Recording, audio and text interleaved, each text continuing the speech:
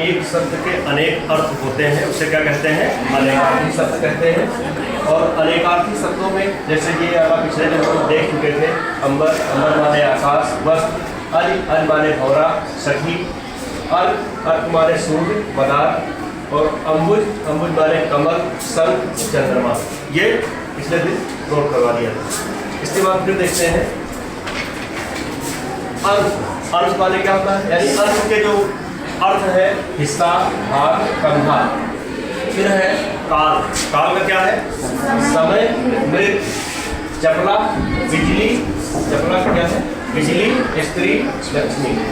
और जलज का क्या है?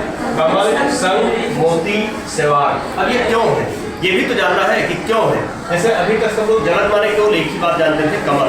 अब ये बात समझ लीजिए, संघ जो है, संघ का जन्म भी कहाँ होता है? जल में होता है। संघ का जन्म कहाँ होता है? जल में होता है। मोती कहाँ होता है? मोती का जन्म कहाँ होता है? सीधे से ये कह सकते हैं कि जिसका जन्म जल में हो उसको हम जलज कह सकते हैं। फिर एक बात आती है, कौन सी है? सेवार। सेवार जानते हैं क्या? सेवार नहीं जानते हैं? ये कुछ महत्वपूर्ण कार्यक्रम कर लीजिए या कह लीजिए कि जो जैसे कोई निर्माण किया जाता है उसमें इसका उपयोग होता है। पूजा पाठ में इसका उपयोग करते हैं।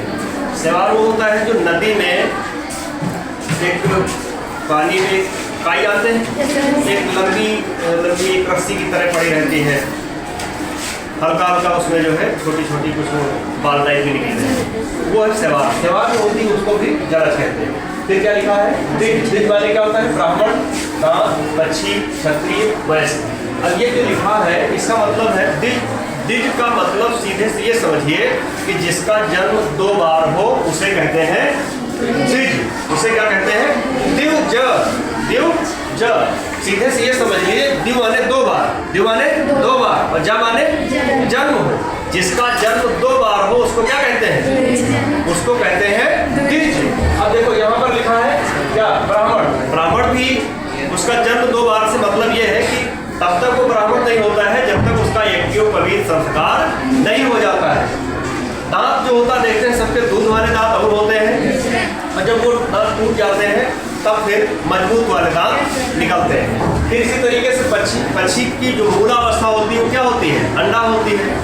ठीक, अंडे के बाद फिर उसका एक जन्म होता है, तब वो पक्षी बनता है। क्षत्रिय, वैश्य, सेम कंडीशन वैसे ही है, क्योंकि जन्म से किसी भी व्यक्ति की जात निश्चित नहीं होती। तो जिस वंश में, जिस जाति में जन्म लेता है बाद में उसी जाति का हो जाता है। तो ऐसे क्षत्रिय हो गया, वैश्य हो गया, अन्य सभी जातियां। फिर मध माने क्या होता है? शहद। मध माने शहद, और मध माने क्या होता है? शराब। मध माने शहद, मध माने शराब। देखो बिल्कुल विपरीत समझिए। अरे एक प्रकार से हम विपरीत समझ सकते हैं, लोग समझ सकते हैं। एक तरफ तो शहद कहते हैं, एक तरफ क्या कहते हैं? शराब। दूसरा क्या होता है? चैत का महीना। और फिर होता है बसंत ऋतु। इसी तरीके से मित्र माने क्या होता है? सूर्य। मित्र माने सूर्य, दोस्त, सहयोगी। अच्छा, नासिका। नासिका को क्या है? नासिका को होता है नाक, स्वर्ग, आकाश। ठीक, ये हम लोग देख रहे थे अनेकार्थी शब्द। अनेकार्थी शब्दों में देखा कितने, जैसे पढ़ाते समय क्या होता है कि हम जैसे कोई शब्द कभी बता दिए कि इसका अर्थ ये होता है, कभी उसी शब्द को लेकर के हम शहद कहते हैं, कभी उसी को लेकर के हम शराब कहते हैं। तो तुम लोग भी भ्रमित हो जाते हैं, सर जी उसी को तुम शराब कहते हैं, उसी को शहद कहते हैं। तो ये बात समझना है कि शहद, शराब, ये सब अनेकार्थी शब्दों के अंतर्गत आते हैं।